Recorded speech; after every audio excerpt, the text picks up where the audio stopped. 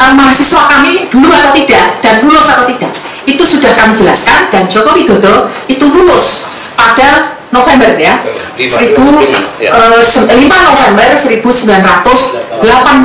Ini siapa yang paling berhak untuk membaca dokumen kami? Tidak semua orang bisa datang dan melihat semua ya.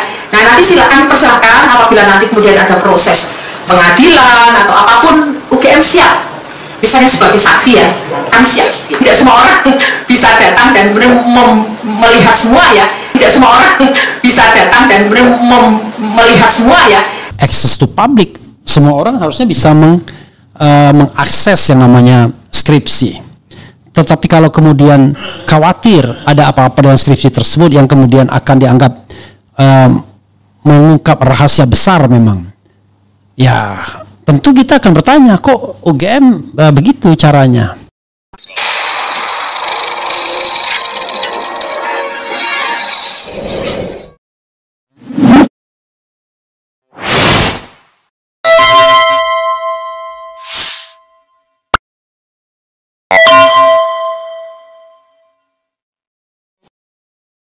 Jadi di dalam konteks ini bukan soal membela siapa, tidak.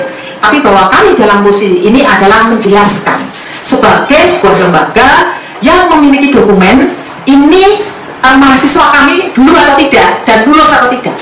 Itu sudah kami jelaskan, dan Joko Widodo itu lulus pada November ya, 5 November 1985, sesuai dengan catatan di dokumen Fakultas Kehutanan ya. Jadi saya kira itu teman-teman, kita tidak akan masuk ke dalam polemik, terutama polemik di sosial media. Dasar kami bukan interpretasi terhadap apa yang disampaikan orang satu ke orang lain, tapi dasar kami adalah data yang kami punya. Begitu saya kira dari kami, kita cukupkan ya. Kemudian kami juga sampaikan, kami punya press release apabila ada keinginan untuk kami menunjukkan data-data itu secara detail, secara telanjang itu, kami bertanya, kami harus, ini siapa yang paling berhak untuk membaca dokumen kami? Tidak semua orang bisa datang dan melihat semua ya. Nah, nanti silakan persilahkan apabila nanti kemudian ada proses pengadilan atau apapun, UGM siap, misalnya sebagai saksi ya, kami siap gitu. Kami yang akan kami jadi di dalam konteks ini bukan soal membela siapa. Assalamualaikum warahmatullahi wabarakatuh, sobat RH sekalian. Jumpa lagi kita di channel yang keren ini, keren cadas. Ya sobat RH sekalian, kita harus fair ya, tidak boleh prejudice terlalu berlebihan. Tetap kita memberikan sebuah ruang bahwa UGM lah yang benar, Roy Suryo lah yang salah, Bareskrim lah yang benar, Roy Suryo dan kawan-kawan lah yang salah. Jadi walaupun dalam pikiran saya lebih melihat Roy Suryo yang benar karena saya melihat presentasi dia dan lain sebagainya, tetapi tetap kita harus mempertimbangkan apa yang disampaikan oleh UGM. Jadi tadi sepertinya Wakil Rektor 1 ya, Universitas Gadjah Mada, kalau tidak salah ya, ini Profesor Wening itu ya, atau ini Jubir, tahu enggak ding? Ini Profesor Wening, tapi correct me if I'm wrong ya. Jadi sobat era sekalian, dia mengatakan ya UGM itu ya dasarnya adalah bukan interpretasi tapi data yang kami punya. Nah ini yang kemudian sebenarnya kan yang diminta transparansi dari UGM. Kalau memang berdasarkan data, kenapa kok rasanya ya seperti keberatan memberikan data? This is the question gitu ya. Sampai kemudian skripsi saja perlu dilindungi. Padahal skripsi itu ya sesuatu yang mestinya ya access to public. Semua orang harusnya bisa mengakses yang namanya skripsi. Tetapi kalau kemudian khawatir ada apa-apa dengan skripsi tersebut yang kemudian akan dianggap mengungkap rahasia besar, memang ya tentu kita akan bertanya, kok UGM begitu caranya, ngomong berdasarkan data tetapi at the same time berusaha melindungi berkas-berkas Jokowi. Karena terus terang sobat era sekalian, sepertinya kebobolan di press conference Dirtipidum.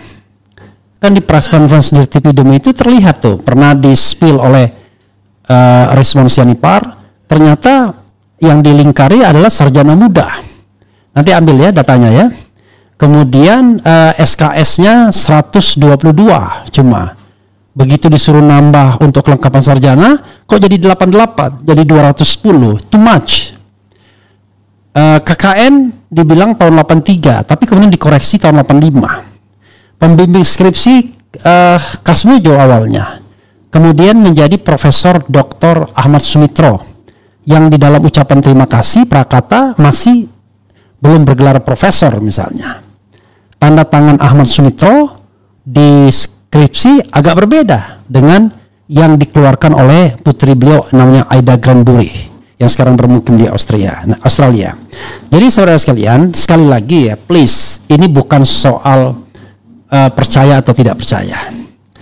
Apalagi sobat era sekalian sudah menjatuhkan pilihan tidak percaya sama UGM for this case, in this case, untuk kasus ini. Tetapi dalam hal lain ya, tentu Gadjah Mada adalah universitas yang salah satu yang terbesar di Indonesia, dan saya sebagai alumnus Universitas Gadjah Mada angkatan tahun 89 dan lulus 94 serta wisuda 95 itu ya berbangga hati tetap pernah menjadi ketua Badan Eksekutif Mahasiswa ketika di sana, dan pada waktu itu Anies Baswedan yang menjadi ketua Senat Mahasiswa tingkat universitasnya. Tapi sekali lagi kenapa ya yang menjadi masalah, ya kan? Ini ada Rizwan Hasiholan Sianipar ya. Peperangan baru Jokowi akan dilaporkan atas skripsi palsu ke Bareskrim dan Pengadilan Perdata, mengingat form registrasi Jokowi terdaftar sarjana muda dan total SKS wajib dan pilihan hanya 122 SKS. Nah ini kan data, ya kan? Apakah data ini didinai oleh UGM? Kan so far tidak kan? Kecuali UGM mendinai data ini. Bukan. Dia terdaftar sarjana muda. Ketika pertanggal 18 Juli 1980, konon katanya ada pengumuman kelulusan yang diterima di program Perintis 1. Kan waktu itu ada program Perintis 1, 2, dan 3 ya. Itu UGM termasuk program Perintis 1. Katanya Joko Widodo masuk di Fakultas Kehutanan. Tetapi begitu mau dicek, nggak ada KR-nya. Harian kedaulatan rakyatnya nggak ada. Sehingga apa yang tertera di Dirtipidum, ya orang menganggapnya hoax saja. Karena itu bisa direproduksi yang ditampilkan digitalnya. Lalu kalau memang asli, kenapa fotokopian yang ditampilkan dalam slide presentation dari Dirtipidum? Kan kita masa dipaksa untuk percaya, tetapi at the same time kemudian ada irasionalitasnya. Jadi please ya, my younger brother Andi Sandi ya, yang bertindak sebagai sekretaris UGM ya, please, or my younger brother Ari Sujito ya. Jadi mereka adik-adik angkatan saya, walaupun saya tahu sekarang mereka sangat senior ya. Jadi kita kutuk kupret, mereka adalah pejabat-pejabat kampus UGM. Tetapi please be honest ya, jujurlah. Nah, kita tidak tahu. Tentu mereka berkepentingan untuk melindungi Jokowi, karena memang di Pilpres 2014 UGM lah yang membackup Jokowi habis-habisan. Terbukti dengan turunnya sang rektor Pratikno dalam gelanggang dan kemudian berbuah dengan jabatan sebagai Menteri Sekretaris Negara. Sempat saya 4 bulan didapuk sebagai staf khusus, tapi kemudian akhirnya berhenti, mengundurkan diri, dan juga ketika kelihatannya Pratikno juga tidak menginginkan saya lanjut karena kita tidak punya chemistry-nya, karena saya ingin menjadi orang bebas mengkritik, dan tidak tahan juga saya ternyata bekerja kantoran ya, pagi kemudian malam baru pulang dan lain sebagainya seperti robot. Jadi kita tahu diri lah.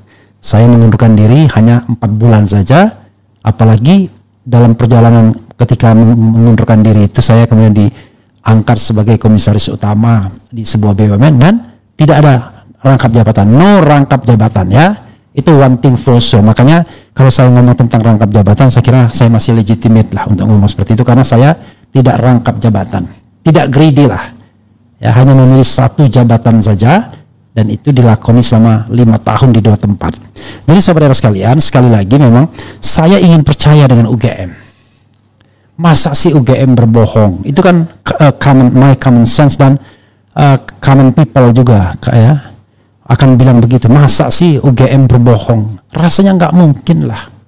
Pasti Roy Suryo ini yang brengsek. Pasti Dr. Tiffany yang sakit hati karena nggak kebagian. Pasti Rismond ini yang cari-cari panggung dan lain sebagainya. Saya ingin ngomong begitu. Dan kemudian percaya kepada institusi UGM. UGM pasti ngomong sebenar-sebenarnya. Tapi maafkanlah saya UGM, alma mater saya, for this time ya, for the time being, saya belum percaya. Saya belum bisa percaya dengan pernyataan UGM soal keaslian ijazah Jokowi. Kalau dia mengatakan misalnya bahwa ijazah Jokowi itu adalah sesuai dengan data yang kami punya, ya bisa jadi tricky.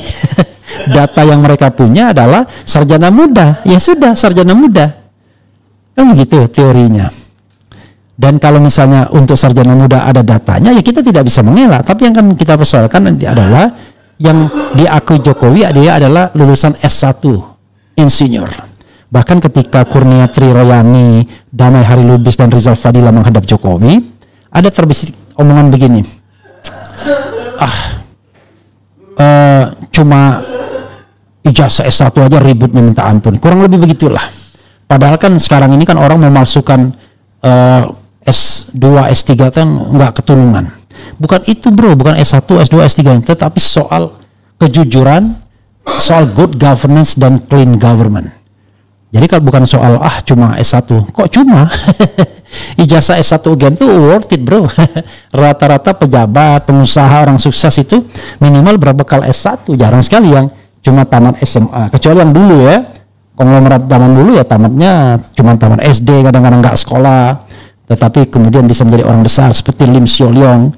Kemudian kalau tidak salah Hamka Haji Abdul Malik Karim Amrullah ya, tidak memiliki pendidikan formal yang baik. Tapi jangan lupa Bung Karno seorang insinyur ya, Habibie seorang profesor doktor, Abdurrahman Wahid I don't know exactly, Kiai Haji Abdurrahman Wahid itu doktor atau apa ya, atau S2 sepertinya, karena dia tamatan Sorbonne Prancis juga, dan saya tidak tahu apakah Al-Azhar juga. Jadi minimal S1 atau S2 atau S3 ya, minimal S2 lah. Kemudian Pak Harto ya kita tahu letnan jenderal atau jenderal kemudian. Dan itulah yang kita harus pahami saudara sekalian, bahwa mereka ini bukan orang sembarangan yang menjadi presiden terdahulu. Jadi kalau misalnya ada presiden yang menjabat 10 tahun dan ijazahnya abal-abal, ya tentu kita agak sedih juga. Karena itu UGM harus sejujur-jujurnya. Saya ingin percaya dengan UGM, tetapi belum bisa diyakinkan 100%. Karena itu please buka forum yang terbuka di mana orang bisa berdebat sesuai dengan tradisi akademik. Jadi kalau misalnya UGM bicara, wah jangan libatkan kami dalam politik, ini bukan politik bro. Ini adalah sebuah pencarian kebenaran. Ya, yang kita kritik adalah tentu orang yang penting dari republik ini. Masa kita mengkritik orang nggak jelas, tetangga misalnya yang kita duga ijazahnya palsu, kita cemburu nih tetangganya baru beli mobil mewah, wah ini pasti ijazahnya palsu. Bukan begitu bro. Kita bicara mengenai tentang orang nomor 1 di Republik Indonesia ini yang sudah meninggalkan legacy, entah itu baik atau buruk, selama 10 tahun. Dan kita semua menikmatinya atau merasakan dampak negatifnya, kan tergantung. Sebagian dari kita nikmat, tapi sebagian dari kita justru menderita selama 10 tahun terakhir. Kita harus lihat hal-hal yang sifatnya fundamental ekonomi kita, apakah lebih baik ataukah justru jauh lebih buruk. Tidak hanya fundamental ekonomi, tapi juga kondisi sosial politik yang ada. Jadi my UGM ya, you are my alma mater. Tetapi ingin sekali saya mempercaya Anda, tapi saya belum teryakinkan 100% ya kan. Seperti lagunya siapa itu ya, aku takkan berpaling na na na na na na na na untukmu. Jadi belum teryakinkan 100%. Oke. Apakah Anda teryakinkan dengan UGM? coba kita bikin polling misalnya. Sampai sejauh ini ya, setelah mendengar, oke, coba kita mainkan ya. Jadi Anda harus menjawab secara lebih benar ya, secara lebih baik, secara jangan tanggung-tanggung untuk percaya atau tidak percaya ya. Sejauh ini setelah UGM bersikukuh Jokowi lulusan sejauh ini setelah UGM bersikukuh Jokowi lulusan kampus biru ya. Kampus biru itu adalah kampus UGM ya, julukannya Cintaku di Kampus Biru Ashari Siregar. Jadi setelah UGM bersikukuh Jokowi lulusan kampus biru, apakah Anda sudah bagaimana sikap Anda? Bagaimana sikap Anda tentang ijazah Jokowi, ya kan? Ijazah Jokowi asli, B, ijazah Jokowi palsu. Dua saja. Sejauh ini setelah UGM bersikukuh Jokowi lulusan kampus biru, bagaimana sikap Anda tentang ijazah Jokowi? A, ijazah Jokowi asli, B, ijazah Jokowi palsu. Jadi kita tetap ingin bertanya lagi kepada Sobat Era sekalian, apakah mereka sudah teryakinkan seperti, dan bukan seperti Rio Febrian ya, yang tak teryakinkan ya. Sesungguhnya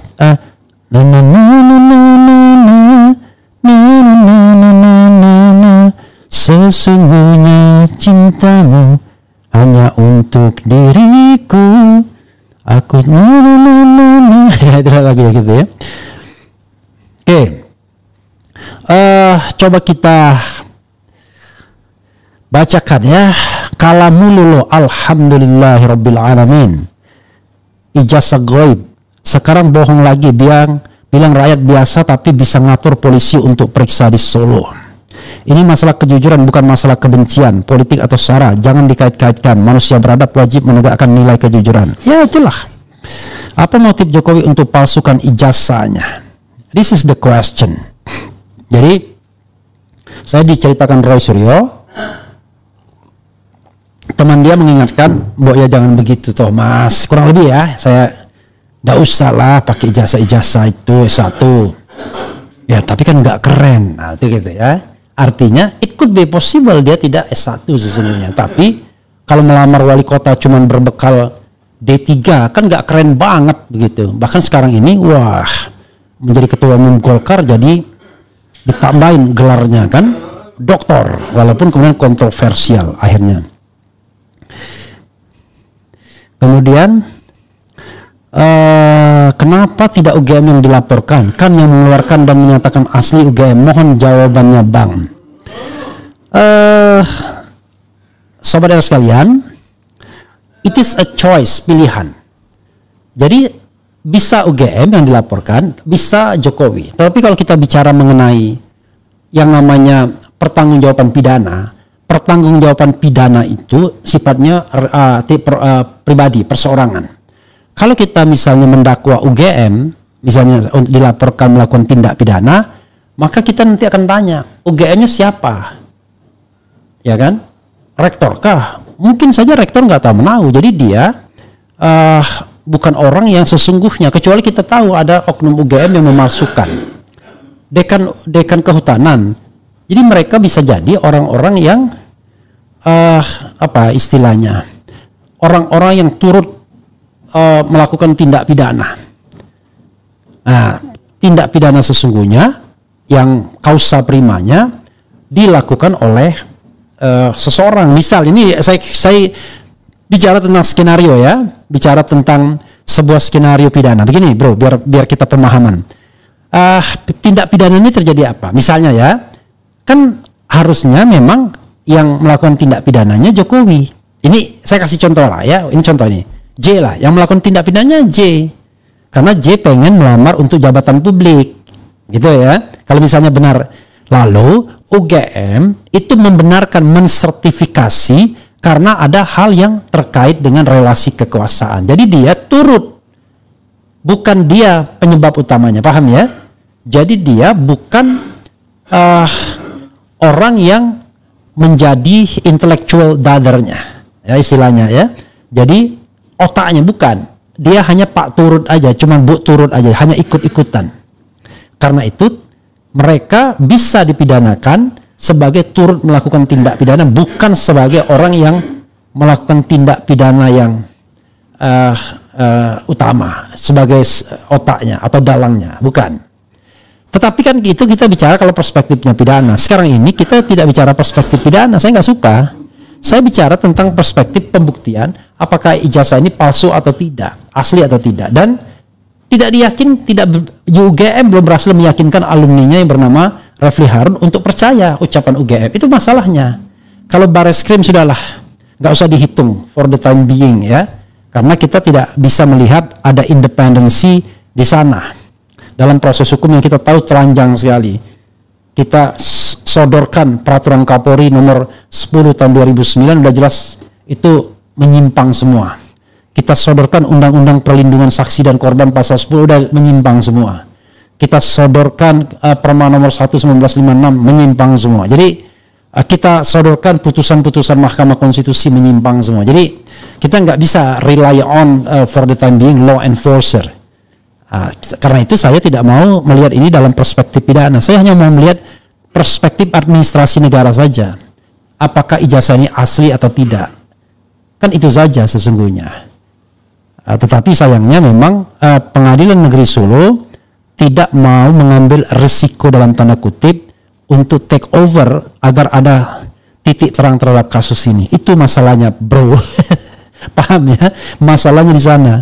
Tidak berani mengambil resiko karena tadi terhegemoni. Jadi relasi kekuasaan antara Pengadilan Negeri Surakarta dan Jokowi masih besar. Mereka masih terhegemoni. Mereka masih underdog, mereka underbow, mereka masih khawatir, mereka masih takut dan lain sebagainya. Sehingga ujung-ujungnya apa? Dinyatakan tidak dapat diterima atau NO. Orang udah capek-capek bernegosiasi. Kalau dari awal pengadilan merasa tidak berwenang menyelesaikan kasus itu, ya sudah ngomong aja. Ngapain dia nyuruh orang bermediasi dan lain sebagainya. Padahal dia memberikan a green light, ya santai. Kalau mediasinya gagal, kami juga akan tolak kok. Susah kan jadinya. Begitu sobat RH sekalian ya. Coba kita bacakan lagi komentar sobat RH sekalian. Oknum rektorat UGM sekolahnya tinggi-tinggi cuman jadi germul ya. Jikawi bukan anak presiden, bukan anak menteri, cuma orang kampung dia. Oke, maksudnya apa, nggak jelas ini. Saya rakyat biasa, bukan juga seorang sarjana, tapi untuk ijazah Pak Jokowi ini kok saya benar-benar tidak percaya kalau lulusan S1, apalagi UGM, sekelas lulusan UGM mosok bahasa Inggris belepotan. Nah itu nggak bisa juga. Karena ada anekdot di antara anak UGM. Anak UGM itu tidak bisa 3 hal, bahasa Inggris, pasang dasi, dan nyetir, ya kan? Tapi itu tidak berlaku buat Anies Baswedan at that time, ya, when he was a student, ya. Oke. Ijazah asli tapi palsu, sen kiri belok kanan, sudah tapi belum, 11.000 triliun SMK 6.000 unit, ya. Kemudian ciri khas menjilat, meski terbukti ribuan kali tuannya berbohong, mereka menutupi melindungi demi hal-hal yang tak abadi, ya. Sebagai contoh adalah fenomena Kasmujo. Udah jelas kan? Kasmujo itu seperti menelanjangi Jokowi. 2017 mengatakan, saya ingat betul. Ya, bolak-balik dulu. Galak kali, galak sekali Pak Kasmujo ini. Tapi saya berterima kasih kepada Bapak. Berkat bimbingan Bapak di jurusan teknologi kayu, saya bisa menyelesaikan skripsi. Walaupun saya tidak tahu berapa kali bolak-baliknya. Kan begitu. Lalu di permulaan bilang, galak sekali. Tapi sekarang Pak Kasmujo sudah bijak. Saya tidak tahu apakah Pak Kasmujo yang berubah ataukah saya yang berubah, katanya. Untuk di dalam pikirannya Jokowi pada waktu itu, so now I am the president, you mau apa, ya kan? Walaupun I call you that you are my pembimbing skripsi, shut up, don't talk anything, kan begitu. Jangan ngomong apa-apa. Gitu persoalannya, bro, ya. Oke. Apalagi ini ya, saya tidak suka ngata-ngatain ya, tapi saya ingin berretorika saja. Ova, apa lagi nih? Maju terus Pak Roy Suryo, CS demi selamatkan dunia pendidikan kita. Apa lagi nih? Dari penggunaan ijazah palsu untuk jadi pejabat publik, garis miring presiden, bukan presiden ya. Ayo minta Jokowi untuk mau diuji secara terbuka ijazah analognya. Kemudian nggak pakai drama melibatkan Roy CS kalau hasilnya ternyata asli. Salah satunya para termul akan berbangga sangat. Iyalah, ya kan? Ternyata asli kan, pengen begitu omongkan. Tetapi sekarang Anda tidak bisa firmly mengatakan ijazahnya asli ya. Oke. Nanti diterbitkan surat keterangan dokter kalau Pak Kasmujo sudah pikun. Ya enggak lah, mudah-mudahan ya. Kemudian apa lagi nih ya? Buzzer RP nyata pembohong karena membela pembohong yang nyata bilang sakit tapi bisa datang ke pesta PSI. Kemudian Bang RH bikin polling skripsi Jokowi asli, palsu atau plagiat. Itu.